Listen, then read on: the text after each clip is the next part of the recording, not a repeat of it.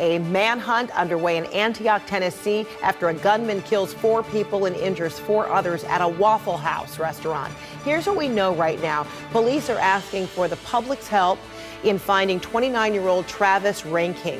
Authorities say the gunman arrived in a truck and came out wielding an assault-type rifle. Police say a man believed to be Travis Ranking was last seen wearing black pants and no shirt. CNN's Diane Gallagher is on the scene. So, Diane, what are you learning? So at this point, Fred, that man is still on the loose. They have been able to go and they've served murder warrants at his apartment, trying to find him, but still searching for Travis Ranking at this point. Behind me, you can probably see it's a very active scene right now still. We've got dozens and dozens of officers, emergency vehicles, still sort of investigating, looking through the scene here, trying to figure out exactly not just what happened, but why this happened. About 3:25 in the morning, police say that Travis Ranking came into the Waffle House parking lot. He was in his pickup truck. He was nude, with the exception of wearing a green jacket, and had an AR-15 style weapon with him. He got out of his pickup truck and began firing in the parking lot, killing 2 people in the parking lot. He then went inside the Waffle House there behind me, began shooting in the restaurant.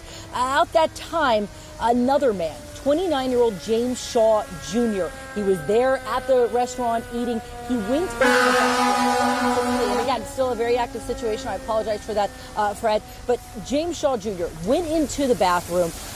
He was trying to escape the shooting, and he noticed, according to police and James Shaw's family, that Travis Ranking had just sort of stopped shooting. He was fiddling with his weapon. At that point, that's when James Shaw Jr. sprung into action. He tackled the shooter. He got the gun away from him, and then he took the gun and threw it across the counter. This unarmed man, James Shaw Jr., disarming the shooter. That's when the shooter kind of took his jacket off and ran out of the Waffle House into the woods.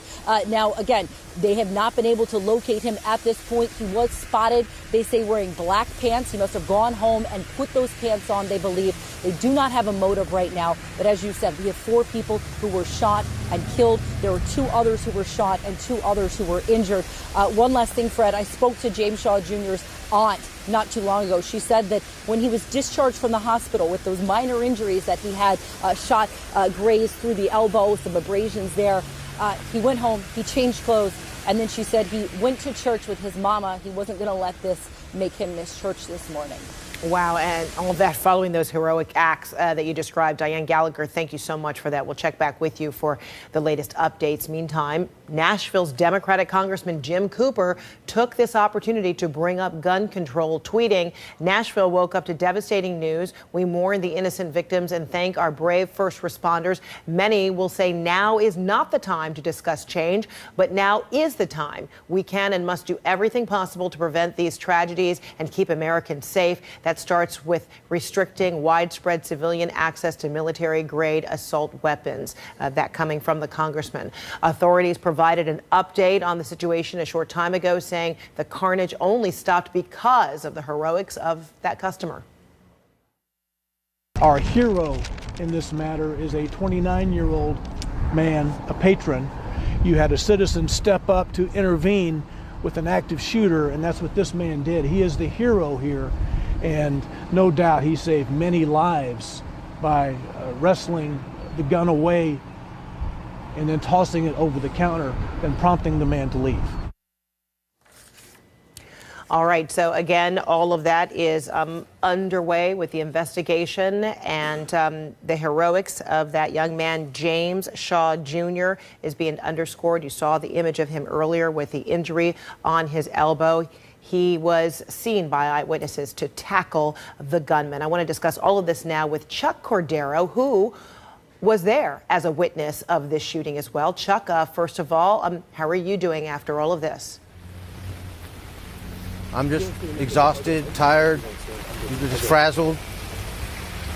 So, Chuck, if you don't mind, just kind of take me back to in the early hours overnight and what happened from the start at your visit there at the Waffle House. I pulled into the Waffle House to visit my buddies that worked there. I sat in my car for a minute because they were very busy. I guess me and the gunman pulled in at the same time. The cook, my buddy T, was outside smoking a cigarette, and he waved at me. I figured I would go talk to him while I waited. As I got out of my car, the gunman got out of his truck, shot one of the customers that was entering the restaurant, and then shot my friend as he was trying to get away. At that time, I dropped to the ground and was able to keep an eye on the shooter from underneath my car.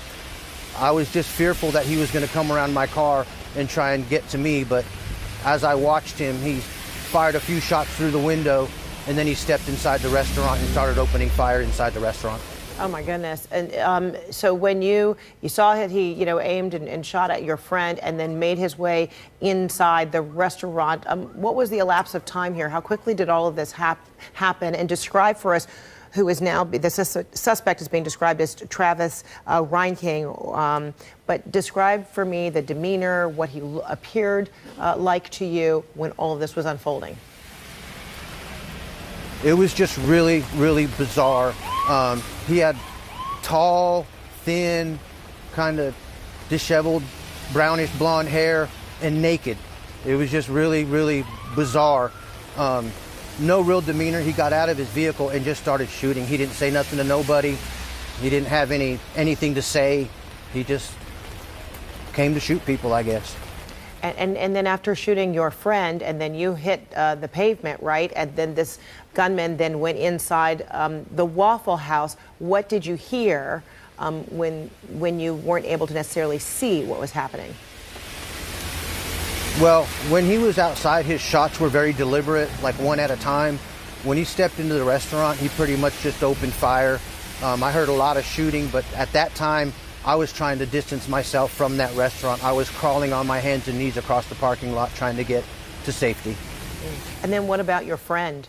How far away were you from your friend who was, down with a gunshot wound?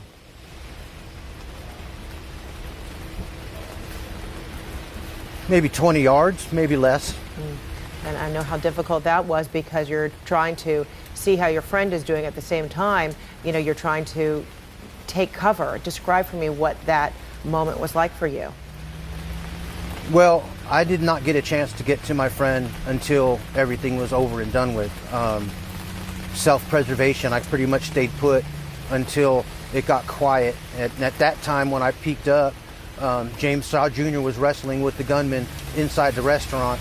I saw the rifle go flying, and then I just ducked back down again, and at that time is when the gunman took off running. And you mentioned the rifle, went flying there in the restaurant. You were able to see that, and now perhaps putting, some of the pieces together, and we're looking at an image of a young man by the name of James Shaw Jr., who witnesses say actually tackled that gunman and was able to, stop what was happening. He's being described as a hero, and he's got this, wound on his elbow. Now that you're hearing some of the story behind why you saw that gun flying, what are your thoughts?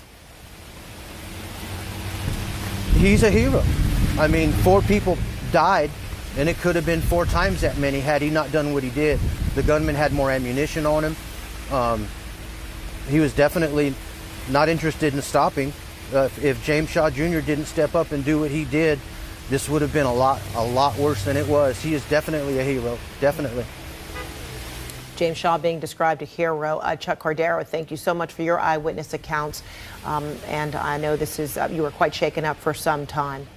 Appreciate you bringing your side of events.